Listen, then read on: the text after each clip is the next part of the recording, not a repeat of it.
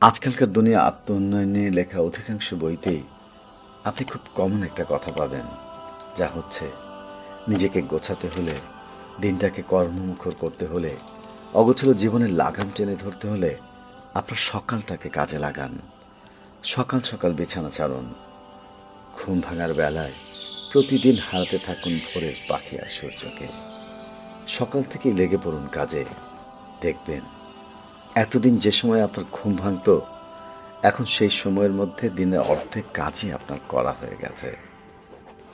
দুনিয়ার মোটিভেশনাল লেখকেরা, বক্তারা আপনাকে সফলতার যে সিক্রেট আর জানাচ্ছে, সেই সিক্রেট আপনার জন্য 1400 বছর আগ থেকেই একটা ওপেন সিক্রেট হয়ে আছে। মুসলমান মাত্রকে ফজরের সালাতের জন্য বিছানা ছেড়ে উঠতে হবে। দিনে এটা তাঁর সর্বপ্রথম দায়িত্ব। ভোরের পাখি আর ভোরের সূর্যকে প্রত্যেকটা দিন হারিয়ে দিতে সে বদ্ধপরিকর। এটা তাঁর জীবনের এক অবিচ্ছেদ্য অংশ। সফলতার যে মন্ত্র আজ আপনাকে অন্যরা গুলিয়ে খাওয়াতে চায়, সেটাকে আপনার জীবনের অনুষঙ্গ বানিয়ে দিয়েছেন আপনার রব। এই কথাটা ঠিক যে সুবে সাদিকের স্নিগ্ধ হাওয়া গায়ে লাগে যদি আপনি আপনার কাজ শুরু করতে পারেন, সূর্য তাপ ছড়াবার আগেই আপনার কাজ বেশ অনেকখানি এগিয়ে যাবে। যেদিন খুব ভোরে আপনি কাজে লেগে পড়বেন, সেই দিনটাকে আপনার কাছে অনেক লম্বা মনে হবে। সকাল 7টা বাজেনি, কিন্তু প্রকাশিতব্য বইয়ের জন্য আপনার 2000 শব্দ লেখা শেষ।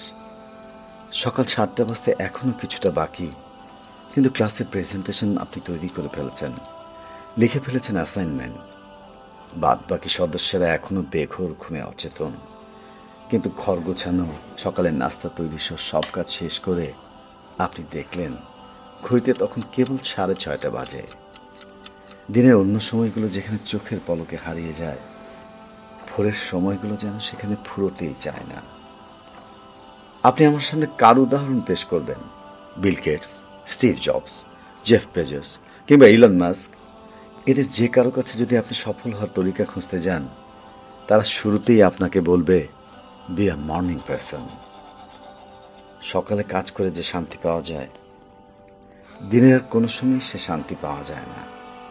যদি আপনি সকালটা হাতছাড়া করে ফেলেন, তাহলে ধরে নিতে হবে আপনার জীবনের সফলতার দৌড়ে আপনি এক ধাপ পিছিয়ে পড়েছেন। ভোরের পাখি আর ভোরের সূর্য দুটোই যদি আপনার আগে জেগে যায়, তাহলে জীবন নিয়ে জরুরিভাবে ভাবতে বসুন। কারণ জীবনের সত্যিকার গতি থেকে আপনি ইতোমধ্যেই বিচ্যুত হয়ে পড়েছেন।